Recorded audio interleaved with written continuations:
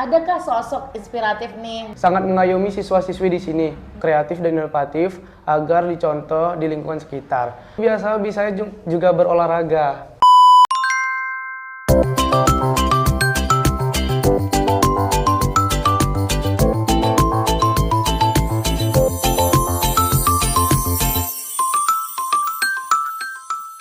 Halo. Assalamualaikum warahmatullahi wabarakatuh. Welcome to podcast Pensa. Jadi saya Mia Sregar. Kali ini sudah ada sosok inspiratif kita nih, yaitu Ketua OSIS SMP Negeri 1 Tebing Tinggi. Jadi di episode kali ini kita akan membahas tentang kurikulum merdeka di tangan pemimpin muda.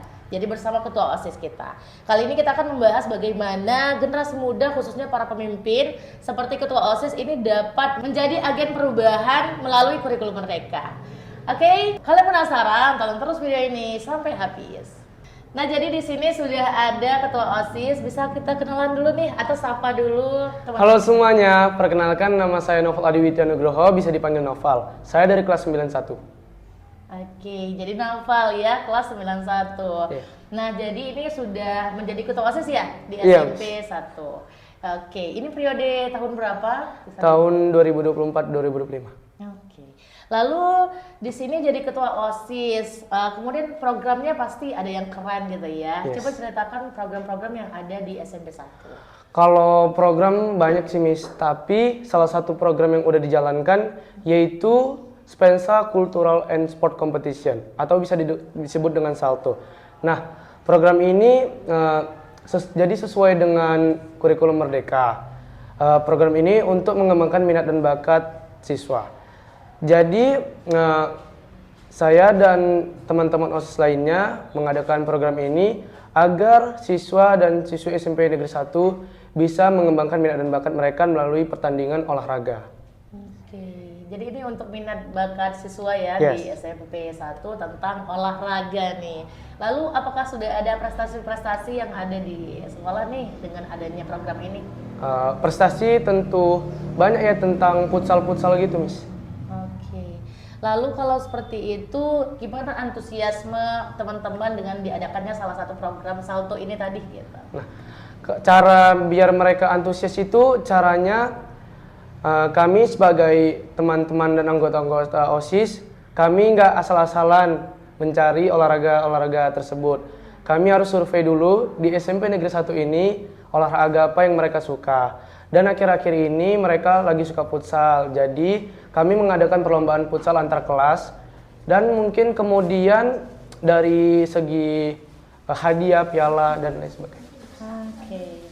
Lalu di kesibukan kamu ini nih ada nggak hobi gitu ya? Hobi apa? Selain jadi ketua OSIS itu biasa bisa juga berolahraga. Hobinya olahraga nih. Sekarang lagi suka badmintonan. Badminton. Seru banget itu ya kan. Nah, lalu selain jadi ketua OSIS nih, kamu pasti juga punya kesibukan gitu ya. Kemudian kamu tuh belajar juga, jadi siswa, jadi ketua OSIS. Kemudian mungkin hobinya juga ada gitu ya tadi olahraga. Lalu gimana cara kamu ini mengatasi kesibukan kamu? Biar jadi tips untuk teman-teman kamu yang lainnya nih. Gitu. Caranya itu aku sih tetap prioritaskan waktu sekolah dan sisa-sisa waktunya aku perbuatkan untuk berorganisasi dan menjalankan hobi aku. Aku juga membuat jadwal setiap minggunya. Jadi misalnya nih Senin, nah itu aku ada kesibukan apa. Jadi kegiatanku ini tidak saling bertabrakan. Oke, jadi bisa manajemen waktu ya dengan baik sehingga organisasi jalan, belajarnya jalan gitu ya. Dan juga nongki-nongki juga ya kan? Semua bisa dijalani dengan baik. Oke, lalu dengan program yang ada, program yang telah dilaksanakan di SMP 1 ini, apakah ada kendala nih yang kamu hadapi selama menjadi ketua OSIS? Kalau kendala sih pasti ada, seperti kami pihak inti kan sudah membuatkan jadwal untuk di program itu. Nah, pada hari hanya anggota-anggota yang sudah dijadwalkan tidak ada di lokasi saat kegiatan dijalankan, seperti itu. Oke, itu kendalanya ya untuk mengorganisasikan anak-anak gitu ya, anggotanya untuk datang hadir. Oke. Nah, kemudian ada nggak tips nih yang ada untuk teman-teman misalnya mau jadi pemimpin juga nih, Ika ketua OSIS SMP 1 gitu ya kan. Mana tahu ada teman-teman yang lain ingin termotivasi jadi ketua OSIS. Nah, apa tips yang bisa kamu berikan dengan adanya program-program yang akan kamu jalani? Jadi intinya itu kalian kalau menjadi pemimpin, kalian tuh jangan panik. Misalnya ada kendala, kalian harus mencari jalan keluarnya. Kalian harus berkomunikasi juga dengan anggota-anggota lain agar tidak terjadi miskom. Oke, itu dia tipsnya ya. Jadi bisa sobat Spensa lainnya bisa mengikuti jejak dari Naufal. Luar biasa. Nah, lalu adakah sosok inspiratif nih bagi diri kamu gitu kan yang bisa dicontoh dengan teman-teman yang lain juga? Dari luar sekolah atau dari dalam? Dari dalam sekolah juga boleh atau mungkin di luar atau guru gitu sih. Kalau dari dalam sekolah itu Pak Endra sendiri, Miss, pembimbing kami. Karena Pak Endra itu sangat mengayomi siswa-siswi di sini dan memberikan arahan yang baik. Pak Endra ya, jadi sosok inspiratif bagi Naufal selaku ketua OSIS. Kemudian kalau di luar sekolah ada nggak sosok inspiratifnya? Presiden ketiga sih, Miss, Pak B.J. Habibie. Wah, luar biasa. Kenapa tuh? Selain beliau pintar, beliau juga tegas dalam memberi kepemimpinan, gitu, Miss. Oke, sosoknya yang tegas gitu ya dalam memimpin, ini yang jadi motivasi sendiri nih untuk Naufal sebagai ketua OSIS. Kemudian gimana caranya biar anak-anak atau remaja nih ya bisa bikin perubahan yang positif nih, baik di sekolah maupun juga di lingkungan sekitar? Untuk teman-teman yang ingin memberikan perubahan gitu, Miss, kalian tuh harus memberikan insan yang kreatif dan inovatif agar dicontoh di lingkungan sekitar. Dan juga kalian tuh harus bersikap sopan dimanapun itu agar dicontoh oleh orang-orang sekitar kita.